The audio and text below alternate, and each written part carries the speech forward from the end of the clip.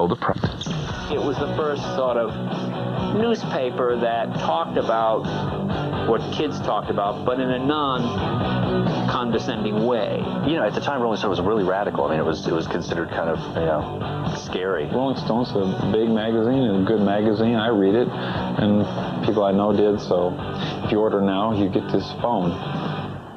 When it first came out, it seemed a little literary, to the literary side of rock, as if they wanted to legitimize it. This thing's gone from strength to strength, you know, to become like a Time or Newsweek. This is our generation's Newsweek. What we were doing in songs, you know, Jan was doing it with his publication. It was like a whole revolution, you know, that we were going through together. What Rolling Stone sets out to do deliberately, and I think very excitingly in many cases, to say to people, go be exactly like you want to be. I think it reflects the changing positions of things in our society, you know, and you can really see it on the cover. Apart from stealing the name, they've been pretty good, you know.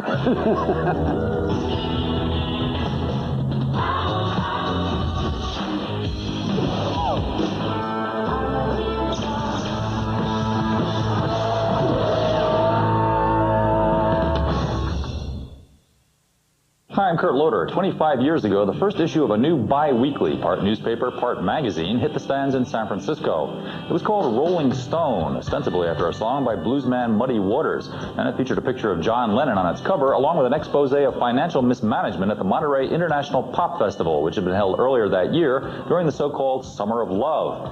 Put together in a cramped printer's loft in San Francisco's grimy warehouse district, and partly financed by veteran jazz writer and eventual Rolling Stone columnist Ralph J. Gleason, the magazine was the brainchild of a 21-year-old Berkeley dropout named Jan Wenner, who was not exactly a hippie. True, he loved rock and roll, but he also loved sharp reporting and writing, and he was fascinated by the business of music, an industry that had never really been subjected to in-depth critical examination. Along with its emphasis on hard-nosed reporting and eloquent writing, Rolling Stone would also become one of the music industry's most powerful star-making machines. For the next 90 minutes, we're going to take a look behind the headlines of this unique American institution and into the stories of sex and drugs and rock and roll that constitute its history. Because even today, rock and pop stars can sell records by the multi-million, but they haven't really arrived until they've made it onto the cover of Rolling Stone.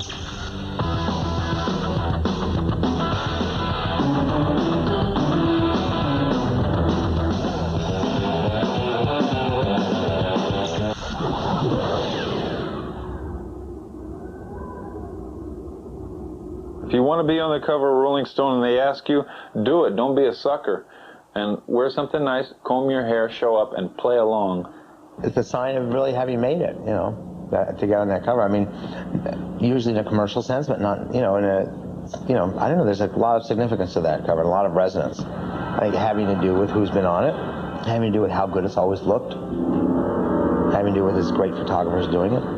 To get on the front of the best magazine in your field, you know, is a sign of achievement. I mean, I must admit, man, I really dug it, you know? I mean, I was walking down the street and looked over, and I was in Chicago, I think, and there it was on a newsstand. I'm like, holy shit, it's Rolling Stone magazine. When I was 12, I was on the cover, and it was the first time I had been on the cover, and I was thrilled. I felt so cool and so hip. Boy, I was young.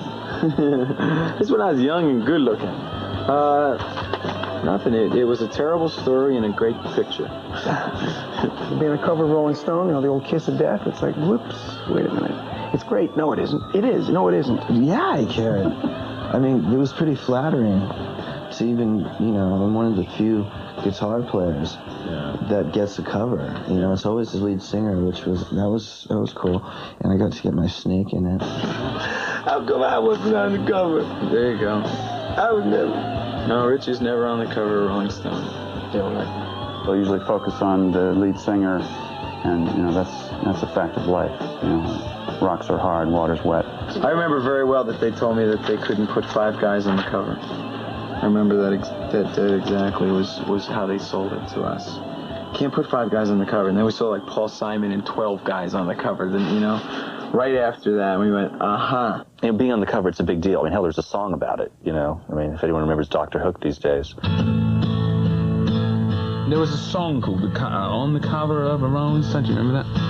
You probably don't. Rolling Stone, wanna see my picture on the cover. And I always think back to that song. Sent a couple copies to my mother. Did you, in fact? No. Wanna buy 5 copies for my mother. They were smart. They just like wrote a song about it, and that got them on the cover. I thought, wow, they really paid their dues. Wanna see my smiling face. We never, in our wildest dreams, thought that they was going to put us on the cover of Rolling Stone. They had a hit song, and you know, which we're just talking about Rolling Stone, so it was only fair to give them the cover. I mean, why not? And what's their names? It don't even say us. It says what's their names makes the cover. On the cover of the Rolling Stone.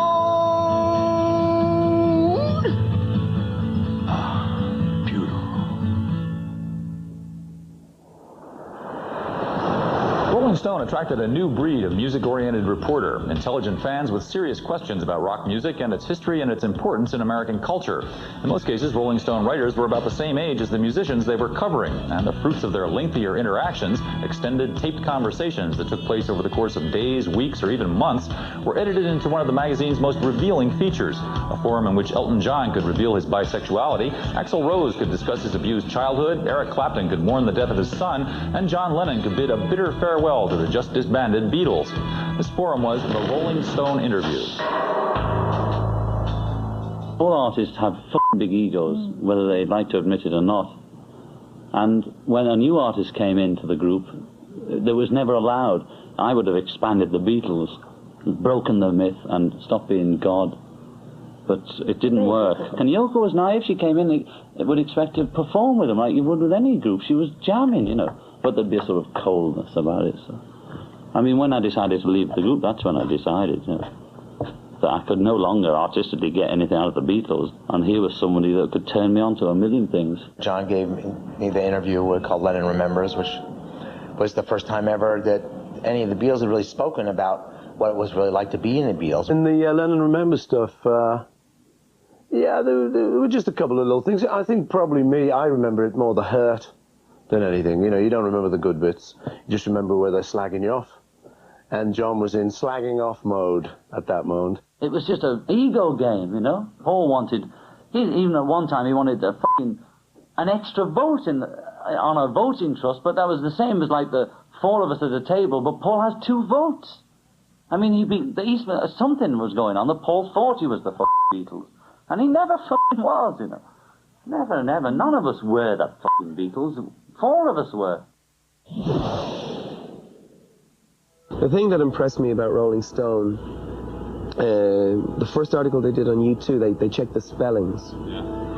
They checked facts. And we'd never had that. I mean, we had interviews that we didn't even do turn up in papers. And they seem to take it very seriously. They took the art of rock and roll and the artist in rock and roll quite seriously. I was always the fan journalist. I asked tough questions, but usually it was from a fan's perspective, and I think the bands appreciated that here was a guy that really did know their music. Rolling Stone was one of the first and one of the few publications that would allow you to say what you thought. People were interested in what you were really thinking, not what you wanted the public to hear, but what really you were about. You end up, as I say, having a fairly intense experience or relationship with the interviewer because you spend a lot of time together, and it becomes confessional to a certain extent, and you start to say things that you would normally not say to the press because this guy has suddenly become your buddy, and then it's in print. I did my interview in 1976 with him. I haven't done an interview ever since,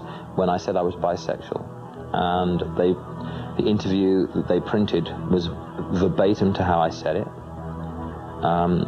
I was very grateful for that. They didn't sensationalize it. It was written as how I wanted it to be written. I didn't tell them how to write it, but they wrote it in a very, very accurate way.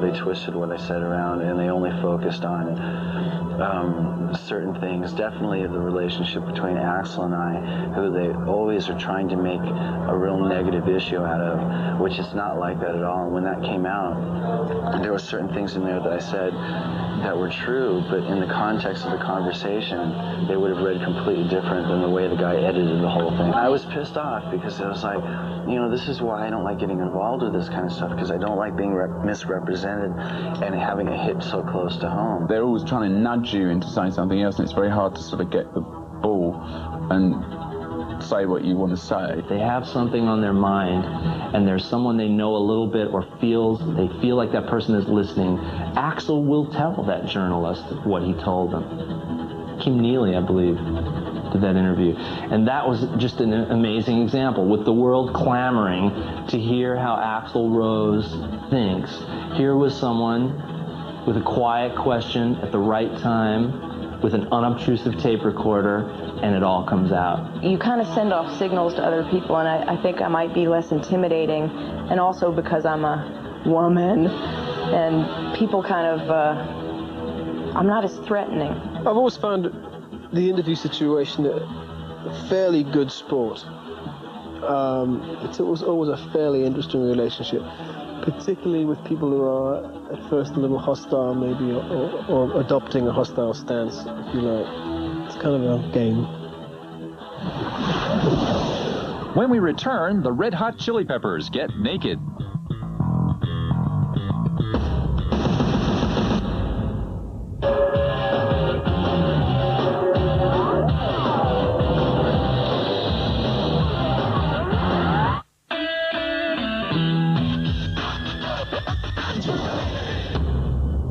Whose idea was it for you guys to like take off all your clothes? That was my idea. I came up with that. I think it was my idea. Pretty sure it was my idea. I remember where I was actually when I thought of that. It's amazing. I'll just be sitting around, and all of a sudden these great ideas just come into my head, and I just think of things. They walked off the set. They got in a little huddle, and the next thing I know, they're buck naked. I do want you to see that Flea's pubic hair is airbrushed out, actually, on this, because it really comes right up to his belly button. I know for a fact. They also airbrushed out my third nipple. I told them to lead the third nipple, and they airbrushed it out. They did airbrush the hump out of my shoulder.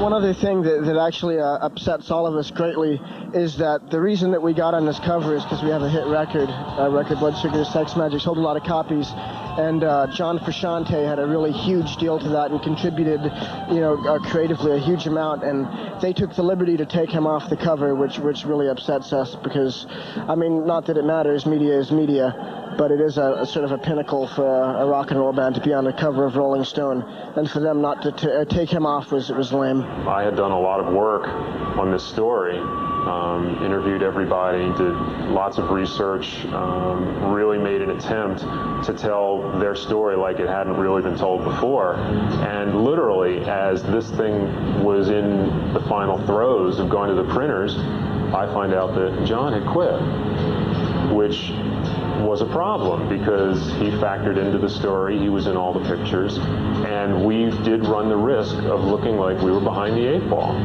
that we were running an old story and running old photos. We had the opportunity to airbrush him out because he was standing on the end and he was standing behind one of the other members. It would have been impossible if he would have been in the middle, but he was on the end, so it made it fairly easy. It'd be nice, like 15 years from now when I'm sitting down and going through, I remember when I was a rock star back in the 90s, and I look at it, like, oh, where's John? He played on that album, didn't he? The one that made us go, sell, a whole bunch of records and everyone get all excited about us.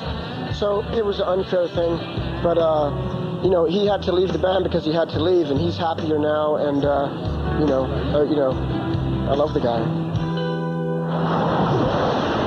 If its treatment on the cover of Rolling Stone could sometimes break a band's heart, its treatment inside the magazine, especially in the record review section where such pioneering writers as Lester Bangs, Greil Marcus, John Landau, and Langdon Winter practiced the new form of rock criticism, could sometimes make or break careers.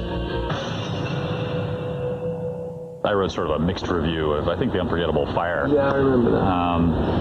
You don't still hold a grudge, do you? Yeah, no, I don't really. I was disappointed for a few reasons.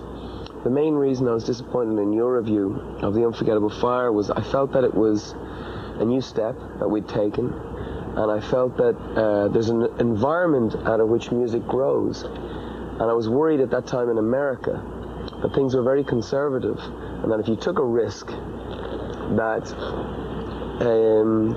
there wasn't enough people around to kind of encourage you to do so, But of course, I wasn't thinking about the fact that there might have been, the record might have been weak in certain places. That didn't come into my thinking. I used to have sort of fantasies about, making a record that they thought was good enough, that they would do like the lead, review, and then you would have like that painting. Lately, it had been like this really grotesque kind of caricatures, and I thought, my God, what if they do one of those?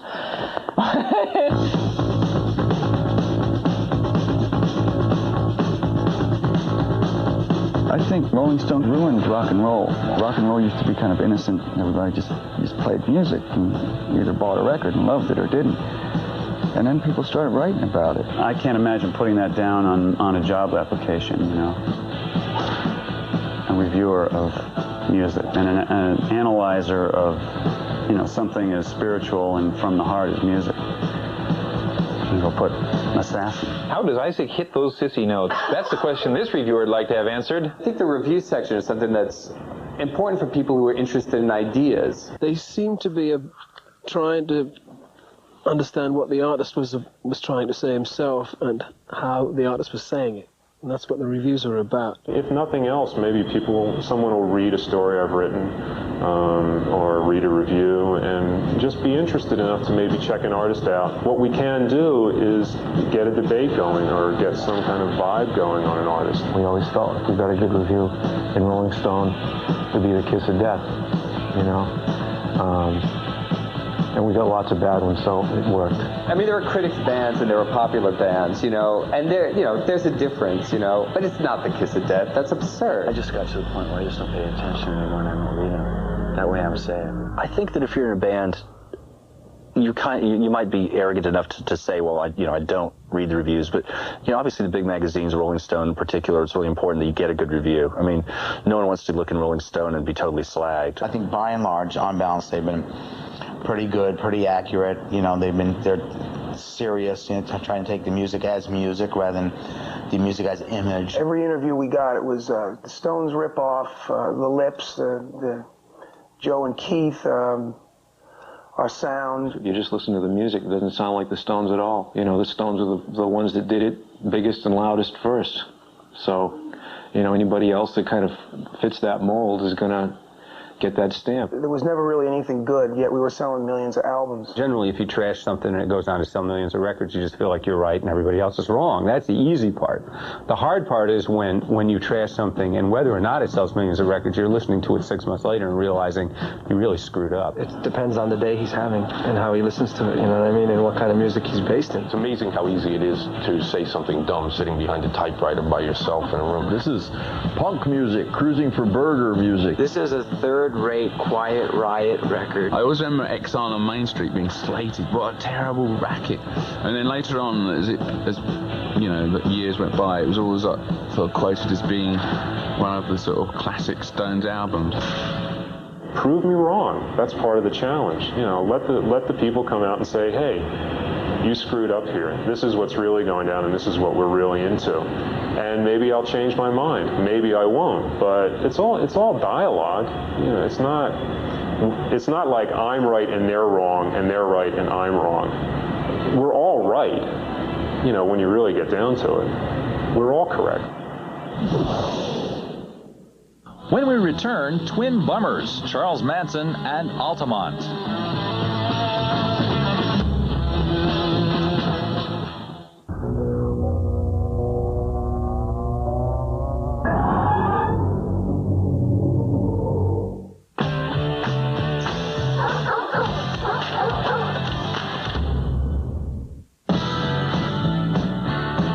At the beginning, nobody was touching the areas we were talking about. Nobody dealt with them. Rock and roll had grown up. It was addressing a new generation of people. It was beginning to talk about much more than what pop music of previous generations had. We really felt very separate from the mainstream press, which was in New York. And maybe we felt a little defensive because we were outside that, but we didn't want to be there. We didn't want to be like them. We were different, and we thought we were better.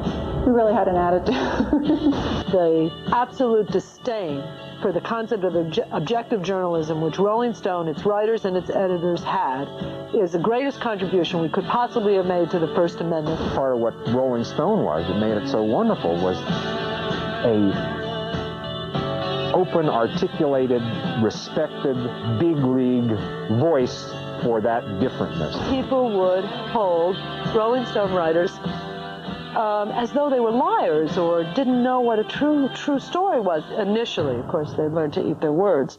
It always happens, something very funny happens when we start that number. In November of 1969, 3 months after the hippie Peace and Love gathering at Woodstock, the Rolling Stones decided to mark the end of their U.S. tour with a free concert outside of Rolling Stone's home base of San Francisco. The resulting fiasco, at which one concert-goer was murdered, was a drug-addled orgy of violence and bad vibes, much of both provided by the Hells Angels who'd been hired to act as security guards. Altamont was dissected at great length in a special 16-page Rolling Stone report, which laid considerable blame on the previously sacrosanct Rolling Stones themselves. One of Rolling Stone's great, first journalistic, achievements was the coverage of the Altamont disaster. They really went all out to cover that. They treated it like it was Watergate. I think Rolling Stone, given the fact it was in their backyard, so to speak, was very hysterical because this had happened. And if it had happened somewhere else, I don't think it would have been as important to Rolling Stone. It would have been important, but it wouldn't have hit the emotional gut quite so much if it had been in the East Coast, maybe. The music was the only thing at that point that was going to distract people from all of this very heavy stuff that was going on around. It wasn't so much action as vibes, the famous hippie vibes. They'd all coming down right there, from all different angles. And so it does give you a certain reason to keep playing and play good. Yes.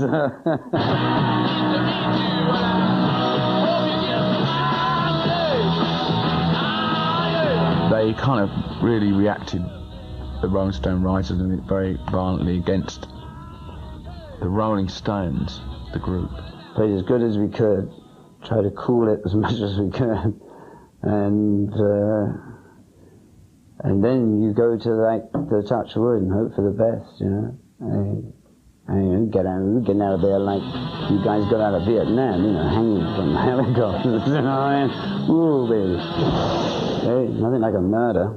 By the 1970s, Rolling Stone, now the most influential music magazine in the country, was bringing its rock and roll attitude to a series of non-music subjects. Tom Wolfe scored with 2 multi-installment pieces, one on the U.S. astronauts, the other a vicious fictional depiction of life in New York City, that were later turned into movies, The Right Stuff and The Bonfire of the Vanities. Investigative reporter Howard Cohn, on the other hand, scooped virtually all the journalistic competition with his reports on the terrorist kidnapping of newspaper heiress Patty Hearst and the mysterious death of an Oklahoma nuclear worker named Karen Silkwood.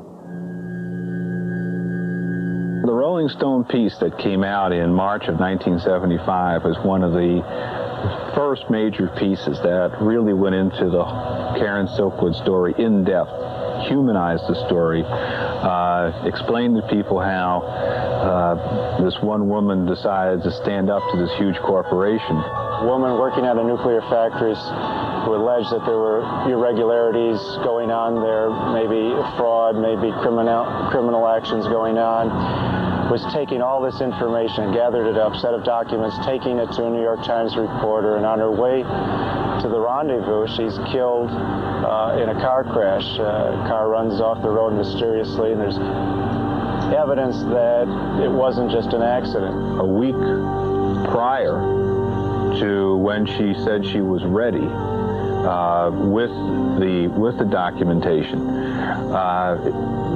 she had been contaminated in the plant, and her home had been contaminated. And all these puzzling things were all of a sudden starting to happen. Kerr McGee is a very powerful corporation which has a great say in government and different things there in Oklahoma City. I'm sure they had some input in, shall we say, slowing down the pursuit of the Highway Patrol and the FBI. Howard's articles created a greater interest in Karen's death. We just gotten ourselves into kind of an advocacy situation where we were raising money for the Silkwood Defense Fund, personally and through the pages of Rolling Stone, and just decide, well, we're going to make this our case here. Karen Silkwood became the symbol and the martyr of an entire movement. What she did and what she represented was the heart and soul of the anti-nuclear movement. Another one of Rolling Stone's earliest coups was an extended investigation into the 1969 slaughter of actress Sharon Tate and several other people by members of a group of hippie vagrants called the Manson family.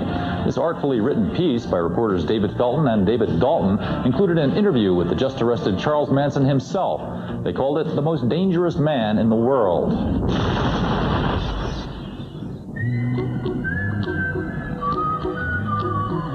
Man, I'm crazy. I'm loonier than the Looney Tunes. It's certainly my feeling that Mr. Manson is sane. There's no question about his sanity in my mind. So we went out to see Charlie in jail. I think we had to pose as lawyers, as I recall. We were posed as material witnesses. And do you remember when you first saw Charlie and what was he like? He was quite scary looking. But he was extremely friendly. I mean, I remember he sort of walked in and said hello, and we had this rambling sort of hippie conversation. I mean, we asked him every question from what do you think of the Quran to did you do it? Or, you know, like... I don't think we did ask. I think we were told we couldn't ask about the... No, we asked him, did you do it? Yeah? Mm-hmm. He said no. I'm in jail because people want to keep me in jail.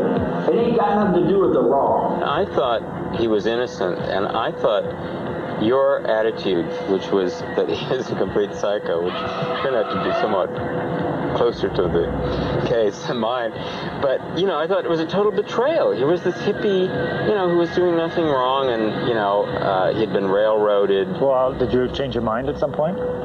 Yeah, well, what changed my mind is, you know, I think we used to go up and talk to the district attorney, and he pulled out this card file of these photographs. They're like 4x4-inch pictures of crimes, and in this file cabinet was a picture of the refrigerator which said Helter Skelter on it. Now, as soon as I saw that, I knew he'd done it. You step in this circle and I'll deal with you. You understand me now? I still think that he, in some ways, was a kind of a lodestar for a lot of things that were happening in American culture. I mean, he basically took a lot of hippie truisms and tried to make them come true in a totally grotesque way.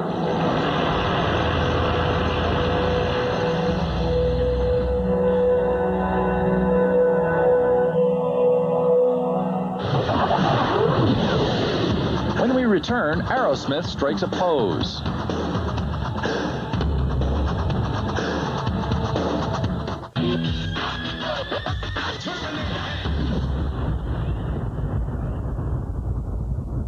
Rolling Stone was a little slow on picking up rap, but now, you know, Rolling Stone's a pretty non-biased type of a magazine. They give it to you kind of straightforward. That's all you can ask. There's a big part of the Rolling Stone audience that's not open to reading it. It doesn't want to hear about rap. It doesn't want to know about this stuff. I get plenty of letters saying, why are you bothering to cover this? But, you know, maybe I'm just deluded enough to think that if I keep coming back issue after issue and saying, no, this is important. These people are talking about important things. You know, this is exciting stuff. Maybe it's going to open some people up to listening to it in a different way. That's all I can try and do.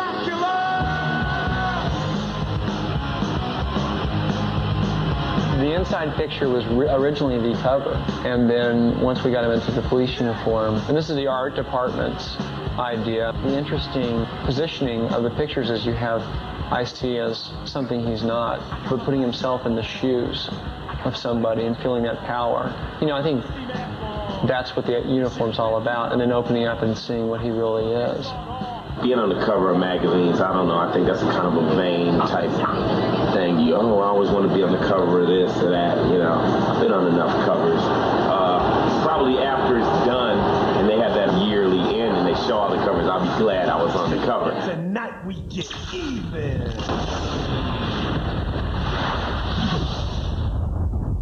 I think it's a miracle. Miracle of modern science. Photography?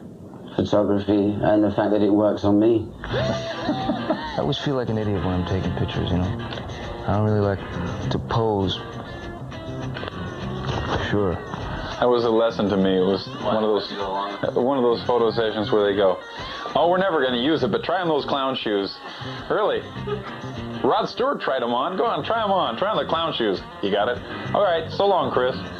Well, it's called the Rolling Stone photo session. You know, it has a certain ritualistic quality about it. When we started Rolling Stone, it was very important to Jan and to the rest of us that it looked professional from day one. That there was no question this was not going to be a hippie publication that people would get free and throw away. We wanted to be taken seriously. So I wanted to get a picture that would be so evocative and provocative that you would want to know more about the musician, you'd want to know about that musician's music, and that somehow you felt like you were getting inside of that musician a little bit more. Baron Wolman's black and white photography defined the early Rolling Stones style. The style was considerably elaborated by a 20-year-old art school dropout who joined Rolling Stone at the dawn of the 70s. Annie Leibovitz could distill the essence of a subject's personality in a single photograph, and she had an uncanny ability to make even the biggest stars strike the unlikeliest poses. Annie was one of the first and biggest of Rolling Stone's homegrown stars. The style of the way I worked, which is pretty much true with most of the people at Rolling Stone, was very obsessive. You know, it was very, I would go into something and be there. You basically gave up your life. You just went into that life.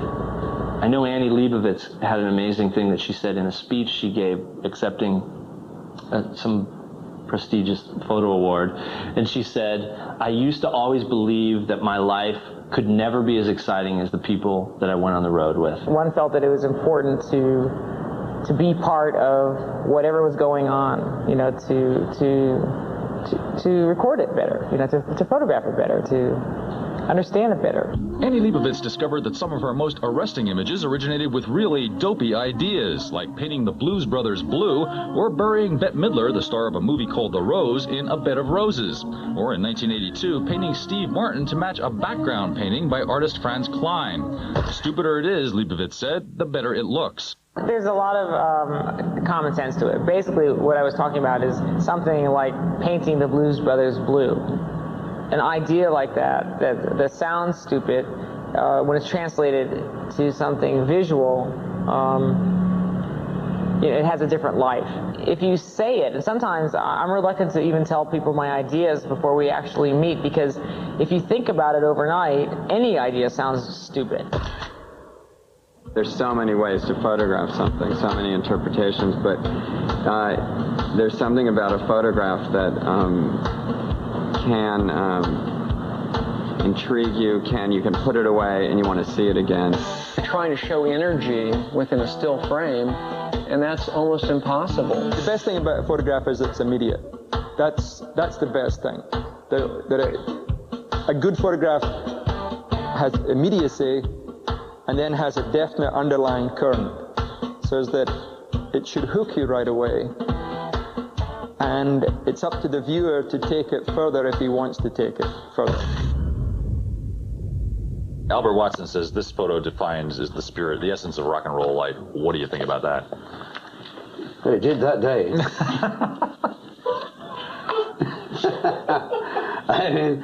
I mean, Albert has got to go, a photographer's got to go and try and distill one particular moment from.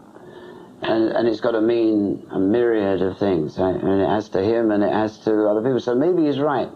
But, you know, you're asking the subject of the picture. That's very difficult for me to say because, yeah, I guess it does. You know, am I pretending? When I'm the subject, I do, unless it comes to putting on halos and fairy wings, pretty much what the photographer wants. You know, I'll get the message, you know. It's like, oh, you want this?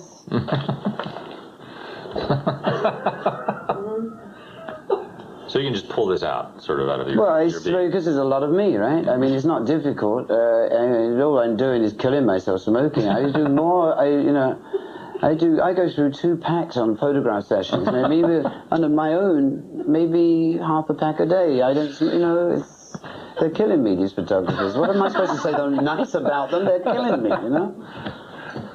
Pigs. But I love them. Anyway, I love their work, and I'm glad to be a milestone in their career. In a salute to its photographic tradition, Rolling Stone recently devoted an issue to 6 top photographers' portfolios on some of the top names in rock. Among them, Aerosmith. What I liked about Aerosmith was that I actually enjoyed that shooting a lot because they were so into the shooting. First of all, it's for Rolling Stone.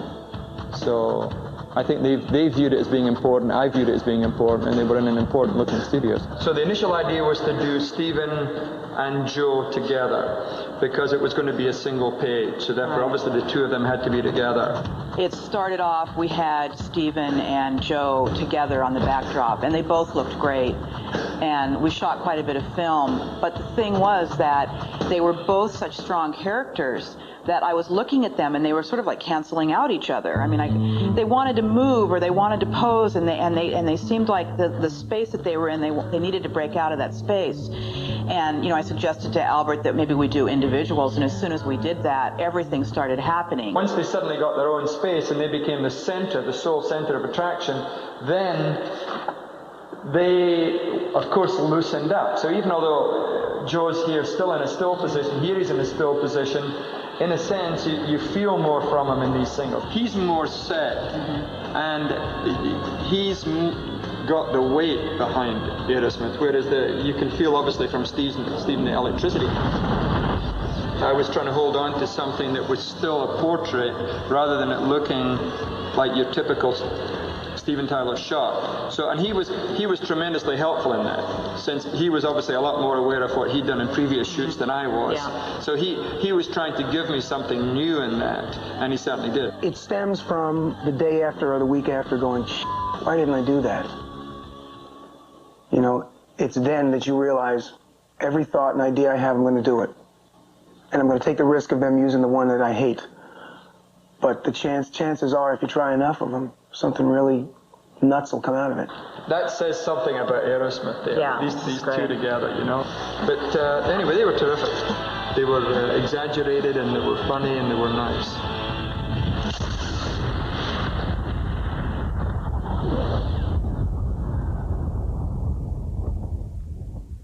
I remember arriving at the apartment that morning, December 8th, and John taking me aside and saying, listen, I know they want to run me by myself on the cover, but I really want Yoko to be on the cover with me. It's really important. They had just finished their double fantasy album, and I remember seeing the cover and being very moved by it. So of course, when they lay down together and John was nude, curled up, against her clothes, it was much more poignant and much more. He looked much more vulnerable, and I remember peeling the Polaroid and him looking at it and saying, "This is it. This is our relationship." Of course, several hours later, John was murdered. We believe it's John Lennon who was shot. A tentative identification of John Lennon as he was entering his premise where he lives.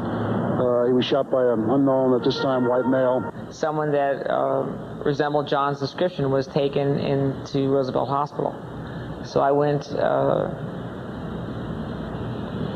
Roosevelt Hospital and stood the night there in the community room there, waiting for an announcement. And early in the morning, the doctor came out. And I remember I was completely numb. I stood on a chair, and I photographed the doctor giving the death announcement. John Lennon was brought to the emergency room of the Roosevelt site, St. Luke's Roosevelt Hospital, this evening, shortly before 11 p.m. He was dead on arrival. I came in the following day, and they were mocking up covers with John, portrait just with John. I had done some close-ups of John's face and his head, and I went in to see Jan, and I said, Jan, I promised John that the cover would be him and Yoko.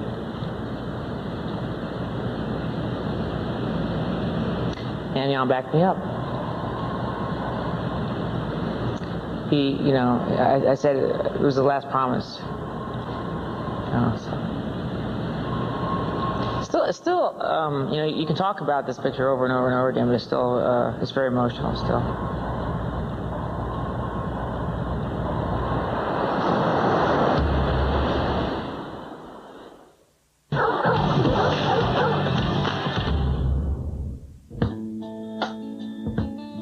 Part of the credential of being with it and being cool was to take massive amounts of drugs and to experiment and to try to be creative while on drugs. You have to remember the times. In the culture at large, there was a large drug intake by everybody. We all followed the Beatles and the Rolling Stones and Bob Dylan and others, and they were our role models. And we heard that they were experimenting in certain things, and we felt the freedom to do so ourselves. We decided as a public service, we would test a lot of drug paraphernalia. Bongs and pipes and stash pouches and things like that. I mean, Rolling Stone's first subscription offer was what do you call those? A roach clip. So do you think that all this drug use had a bad effect? Any good effects, bad effects? It had some good effects. I mean, it does kind of like loosen up your mind and so on. But I don't think after, it only takes like 2 or 3 trips on LSD to teach you all you can ever learn from it. And marijuana was just a sort of like a recreational way of getting blotto. I don't think any of the writers ever wrote on drugs. They couldn't have, because the writing was too good. I think the drugs were very hurtful to Rolling Stone at that time, and to some of the great talents that were there. I do think, that too much drug use did impair their work. Myself, no exception. Put that on record. I don't know that I would ever say that there should have been control or licensing or any particular new set of prohibitive laws. I'm really more for freedom of expression and freedom of experimentation, but I do regret some of that I think a lot of people were led astray by that total open-door policy.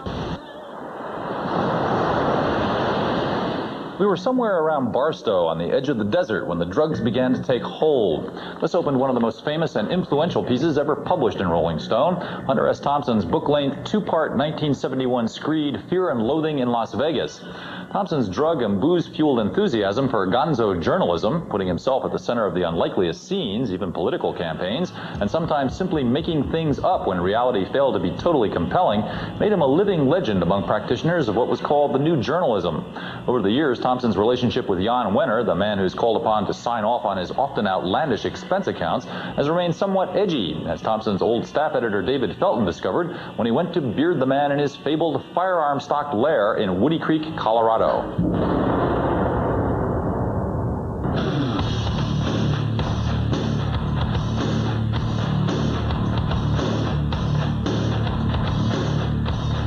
Hunter Thompson love him and or leave him, and some would prefer to do the latter rather than the former.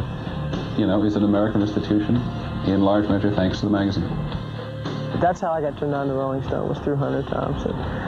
Not personally, but I'd read a lot of his stuff, and someone said, you can read it in Rolling Stone, so I went and found a bunch of old ones and started reading. Hunter's brilliant. I mean, he's gonzo brilliant. What can I tell you? What went wrong? I don't know. If you could explain for our viewers at MTV just what exactly gonzo is. Kurt Ghost, Golden, Goober, Gorbachev. I don't find that it's going to be like shooting at John and not having him go off. Why don't you read it, David? Filled with bizarre or subjective ideas, commentary, or the like. Crazy, eccentric, that's 2. 3, eccentricity, weirdness, or craziness. Then as a bracket, says 1970-75 American. Apparently first used in the phrase gonzo journalism by U.S. journalist Hunter S. Thompson. Then it says something about simpleton, one easily duped. That's another word, man. No, it isn't. It's the same thing. It says... it's goon. No. I might have to give up shooting altogether.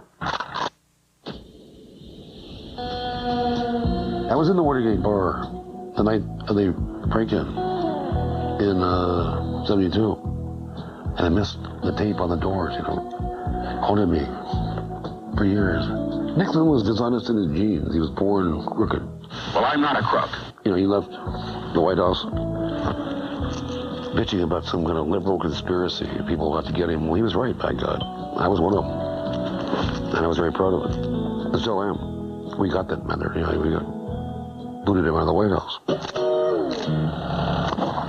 You could strike sparks anywhere. There was a fantastic universal sense that whatever we were doing was right, that we were winning.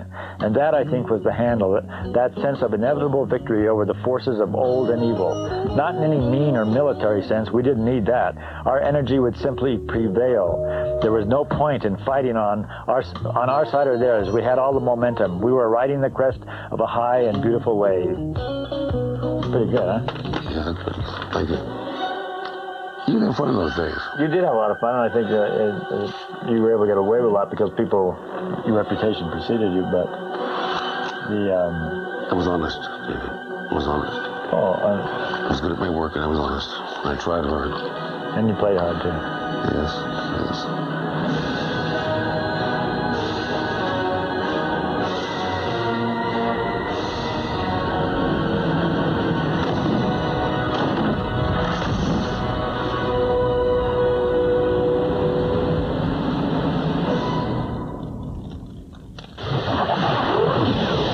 As anyone will know who's read any of his campaign coverage, Hunter Thompson is essentially a liberal Democrat. Well, a liberal Democrat with a taste for mind-bending drugs and lethal weaponry, anyway.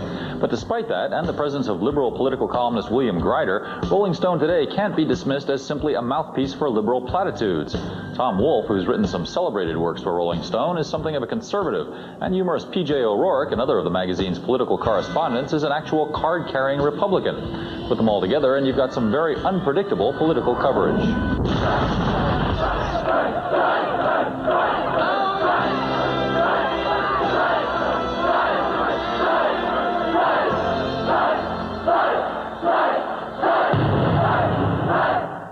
Rolling Stone is not a conventional political force.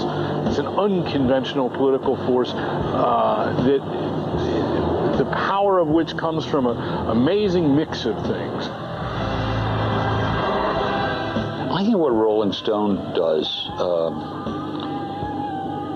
is assume correctly that the popular culture, especially music, is the heart of the political experience, really, in the broadest sense of the word, especially for young people. Rolling Stone is a medium for good writing, for interesting popular cultural coverage. I don't think Rolling Stone itself has a political point of view per se. But because it covers pop culture, and pop culture has been predominantly somewhat to the left, liberal or leftist in the past 25 or 30 years, Rolling Stone naturally has reflected that. When we went out and did our first campaign reports with Hunter, he kind of undersided the campaign and the campaign, what really took place, and the bars and the back rooms and the candidates and the press. Nobody was writing about that. All everybody was writing about the old news. You know, we started the new news. Rolling Stone didn't have any members in the White House press corps, didn't have any. We didn't sit down at the same dinners, play golf, or go out for beers, or do it. We were outsiders. I shall resign the presidency effective at noon tomorrow. Nixon leaving the White House is really, that photo essay is really based on the fact that I couldn't compete with the big White House press photographers who were at the right place at the right time getting the most obvious photographs. And I was sort of left to get, you know, sort of the nooks and the crannies. By going for the offbeat, unexpected take on politics, whether through the savage drawings of illustrator Ralph Steadman, the inspired rants of Hunter Thompson, and the conventional wisdom bashing of P.J. O'Rourke, the studied portraiture of Richard Avedon, or the heavily researched analyses of columnist William Grider, Rolling Stone came up with new insights into the world's second oldest profession. I'm very impressed by the magazine's ability to continue to bring a lot of different things to bear so that we can pick and choose. It's a really good menu. I like the idea that on the Clinton interview they had Grider and they had Thompson and they had P.J. O'Rourke, not only doing the same interview with Clinton, but then writing their individual appraisals, all of which I thought were very sharp and, quite frankly, very funny. We forgot to ask, who's your favorite Beatle? My favorite Beatle? Yeah, Miss Key Rolling. That's what everybody, that's what our readers really want. That's what our readers really want to know. What I try to do in Rolling Stone, not to cover the whole universe, but to give people some very tangible reasons of important stuff that's going to happen to them and why they ought to reconnect to politics. I find myself reading the political stuff more now than I would have then.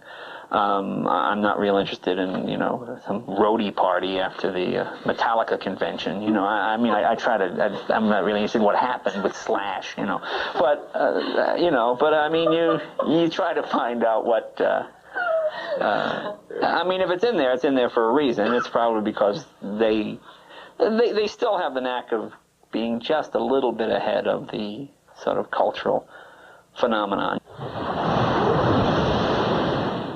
One of Rolling Stone's biggest stories of 1985 was its investigation of an ominous new disease called AIDS.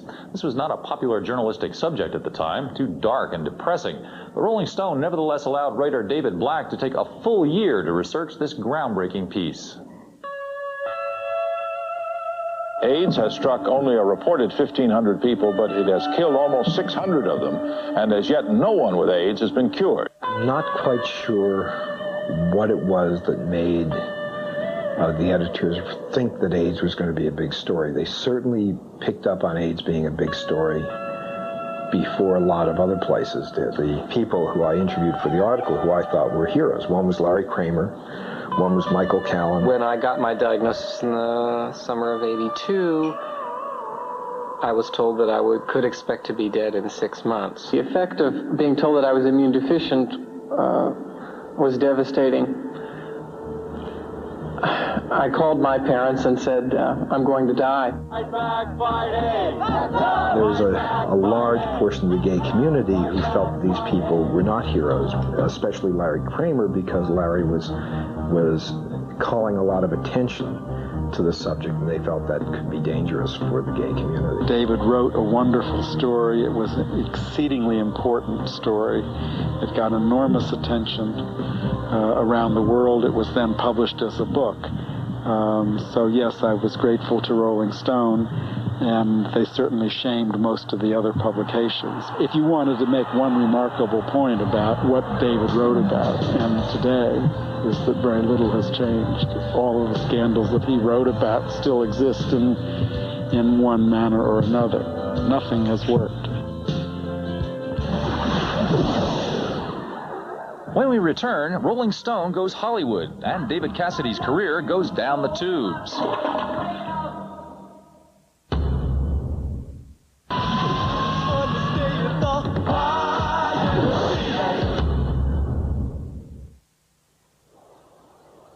You are hot, and Rolling Stone is calling you, and Arsenio is calling you, and Ted Koppel is calling you, and your agent, and your manager, and it sounds like you're going to be a big deal, and it looks like you're going to be a big deal, and you're becoming a big deal, and there's lots of talk of money, and there's lots of talk of money, and this money thing sounds pretty good, and they're saying you could be the next Nirvana, or Madonna, or Bart Simpson, and they want your opinions on the environment, and pay-per-view, and festival seating, and what about colorization? Yes, colorization, that old chestnut, and your haircuts have improved, and you've got new glasses, and you're on a first-name basis with people you only used to read about, and they remember your name, and it's a lot of fun, and your friends seem to understand, most of them, at least they're trying to, and it's a lot of fun, and you seem to understand that it could all be a fluke.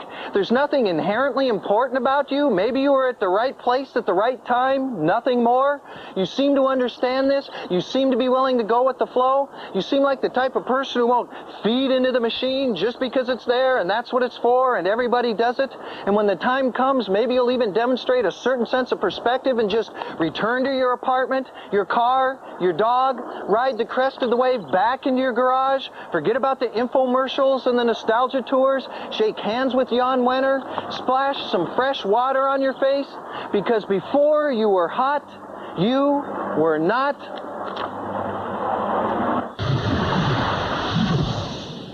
Can you tell me why he affects you like this? Oh, just stands there, looks at you, it's just great. But he's just an ordinary mortal, isn't he? Oh, like he's me? not, he's an idol for everybody. Oh, he's beautiful. I didn't really understand how people perceived me. I didn't really see that they perceived me as this sort of perfect white knight kind of, hero. Guy next door who could do absolutely no wrong. And that's not who David Cassidy was. That's who the guy on television was. A great photographer can define a moment or an age and nail down an artist's image for all time. A picture can also scuttle a performer's career, as Partridge Family teen star David Cassidy learned in 1972 when he perhaps unwisely agreed to shed his clothes for Rolling Stone's ace lenswoman Annie Leibovitz. What we planned to do was a real inside look at the star-making machinery here and how a young kid like David interacts with it. The article was really a very serious 10,000-word treatment of the teen idol business, and David was a part of that. We're talking about another time when it was much more innocent. There was still an innocence in America and on television, and certainly the Partridge Family, I think, personified that. However, it all pivots on the photographs, you know, in the end, and I think they hurt his career. He wanted things to end. He wanted to stop the Partridge Family. He wanted to go in another direction, and this was his way of doing it. My memory of this was that it was his people's idea to position him and sell him to the adult audience, as in fact they were selling him to a teen audience. It pissed a lot of people off. It pissed Coca-Cola off. It pissed Columbia Pictures off. It pissed my manager off. It pissed everybody that was really profiting from the business of David Cassidy off. I had fan letters that came to me, and there were hundreds of thousands of them, literally, in defense of me by fans of mine that said, "Oh, David, I know you couldn't possibly have done this because I know that you would never have posed nude for photographs." And the fact was, I had willingly done so, had thought about it. I scratched my head and I thought, you know, this David Cassidy business has really gotten out of hand, you know? I had no idea there would be that kind of consequence to his life. I'm not too sure he did either, but he knew he wanted to do something to jar things up. It was like an afternoon in my backyard. I can't quite relate to it having the kind of impact that it had. For me, it's like a chapter in my life. I closed it. From digging behind the facade of pop stardom, Rolling Stone turned its attention in the 70s to the new breed of comedy, four-letter words and all. It was the first magazine I ever saw that would cover Richard Pryor and tell you exactly what he said. You be thinking about that when you think you're going to die. Don't kill me, don't kill me, don't kill me, don't kill me, don't kill me. You put an emergency call into God, too, right? Can I speak to God right away? And then your heart get mad if it find out you was going behind its back to talk to God. Your heart say, was you trying to talk to God behind my back? No, but you's a lying Normal magazines or regular newspapers would say, Richard Pryor said, you know, bleep, bleep. I mean, I didn't get what was funny.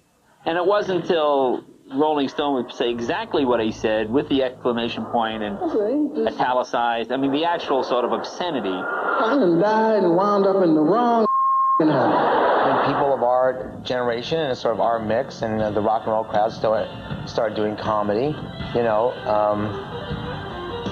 we felt we just covered that as if it was a natural part of the mix of, you know, the same with the young actors and directors and the rock and roll people and our kind of cultural milieu and part of our view of the world. And, you know, Richard and Lily were definitely that, and Steve Martin. Felton's was very accurate. He was the only guy who ever write down my act and actually make it look like my act. You know, he's like using a lot of capital letters and ellipsis and parentheses, and he really made it sound like me. See a lot of smoking out there? It kind of bothers some people if you're trying to watch a show and someone's sitting in front of you. The only time it bothers me, if I'm in a restaurant and I'm eating and someone says, "Hey, mind if I smoke?" I always say, "Oh, no, do you mind if I fart?" Rolling Stone going to Hollywood, as it were, started probably in the early 80s, and that was the time when the music business was going through a slump. It was, you know, after when the bloom had sort of come off disco and you know, punk was sort of happening, but hadn't really caught on in America. There's points that have come several times in our 25 years where the music suddenly just got much less interesting than it had been and would go through a fallow period.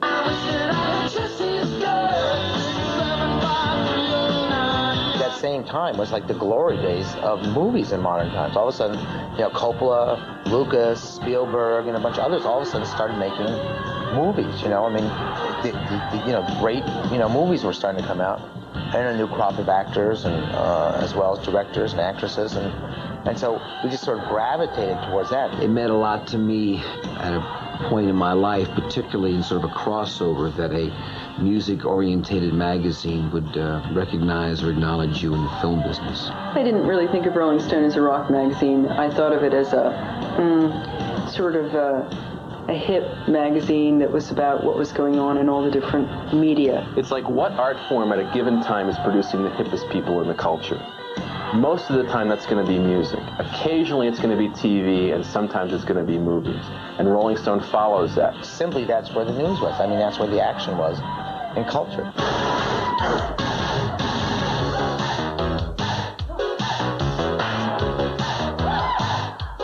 I did the movie Perfect, which is, the movie about Rolling Stone with Travolta and Jamie Lee Curtis, playing somebody quasi like myself. How much space do you need? 6 pages. 4. 5. Okay, 4.5. I thought he did great because he was no different than he was at work or as a person in social life. Oh, rough night. Mikey Douglas was in town. I got the cocktail flu. Where are you? I had to study the moral codes of a Rolling Stone journalist. Always treat a famous person as if they're not. A person who's not famous as if they were. Think of your interview as a seduction. However good or abominably awful their movies turned out to be, the actors popping up on Rolling Stone's covers reacted to the honor in much the same way that rock stars always had.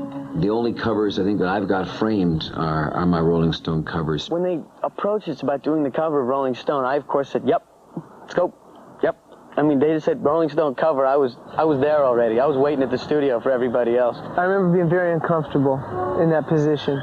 I'm kind of down on my elbow, and she was sitting on my kidneys, and Jason had his leg back up around her, holding her up, and it looks like a wonderfully choreographed thing there, but we're all in intense physical pain. and that much I remember, and I do remember, me and Jay would be sitting there, and he'd peek his head out around her hairdo, and I'd look around the other side of her hairdo, and he'd go, Rolling Stone. I go, I know. Rolling Stone, wanna see my picture on the cover. I was shocked. Because, you get that thing, you're growing up as a kid, and you're like, there was the song, cover the Rolling Stone, all that. Wanna buy 5 copies for my mother. I bought, 5 or 10 copies for my mother. Wanna see my smiling face on the cover of the Rolling Stone. It's everybody's dream on Rolling Stone. Yeah, I was happy. I remember Martin Mull sent me a note, and he said, congratulations on being on the cover of Rolling Stone. Too bad you weren't on when it really meant something. When we return, Rolling Stone enters the 90s with Nirvana.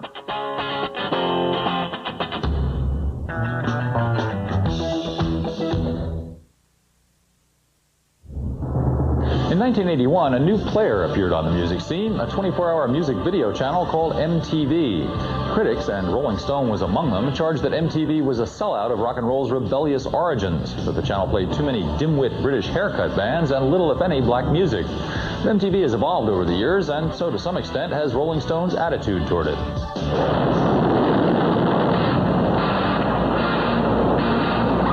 Ladies and gentlemen, rock and roll. Welcome to MTV. Birthday video music film. Too much? Yeah, too much. It's never enough. Thought of being what is called now video jockey wasn't really in my horizon. Nothing like that existed. So I wouldn't think, oh yeah, maybe someday I'll be a VJ and be in Rolling Stone. It seemed rather ironic that we were being accused of commercializing rock and roll and making a business out of it by an enterprise that basically did exactly the same thing in print. Are they saying that they own it? I mean, it's like their rock and roll. Why not attack MTV? I am the god of hellfire! I think we were probably justified in our criticism. That, there's just a certain very pandering elements to it then, and the kind of things just make you want to the VJs really make you sick. More from the purist point of view, I think there was like a distrust of what MTV was doing, or a resentment. I don't think the magazine ever particularly felt threatened by MTV. MT blah. Blah, blah, tele blah. We're living in a world, obviously, that you have to make money, so I think it's unfair just to say MTV, you know, sold out rock and roll. Doodle, doodle, dee. Wubba, wubba, wubba. Dreadful, both of them. Terrible.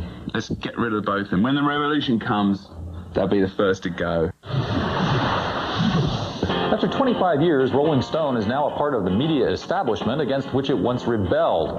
This fact occasionally rubs some younger performers the wrong way, although they generally find a way to swallow their resentment when the call finally comes for them to appear on the magazine's cover. But the success always means selling out, nor is Rolling Stone correct in its contention that over the past 25 years, it's simply evolved. I can't help but think of that shirt little Kurt Cobain wore. Corporate magazines still suck. Kurt. I said, that's a great shirt. I think that's great. I said, that's a great shirt. I said, but let's shoot a couple with and without it. He said, nope, not going to take my shirt off. He was the most anti-Rolling Stone guy of the three of us, you know, and we talked him into doing the thing, and so maybe that was kind of his way of, that was part of the compromise, you know, he still had to get his point across. Yes, it's a corporate magazine, but so what, you know? I mean, it's going to take more than, like, you know, Kurt Cobain wearing a t-shirt, but still going on the cover. I mean, it's like, what a statement, you know? If you have a problem with it, don't do it. I thought that was kind of ballsy to do that, and, you know, I accepted it as a challenge from him and say, show us what you're made of. You know, will you go so far as, you know, put that on the cover? And I didn't mind. You know, I thought it was great.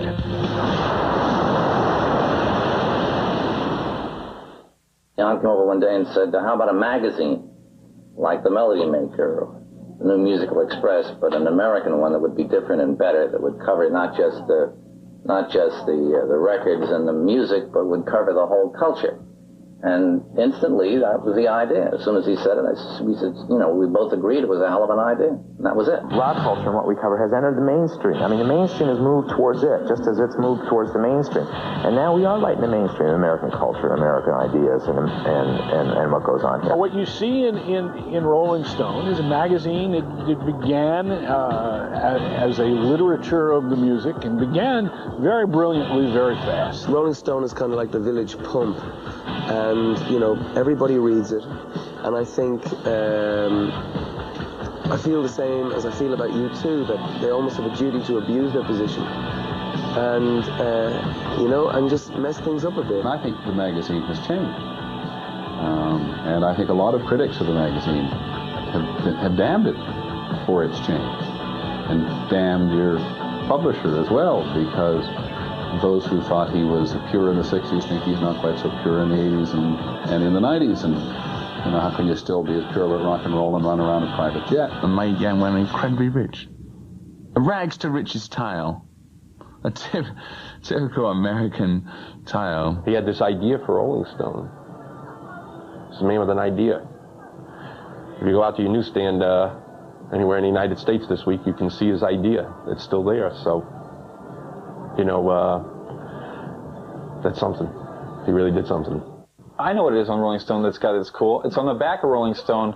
They have that thing where you fold there's a picture on the back always, and then you fold the two halves of the picture in together, and it makes kind of a wacky picture. What's this? I'm not sure that... Maybe it isn't Rolling Stone that does that. Why would just have to say the articles?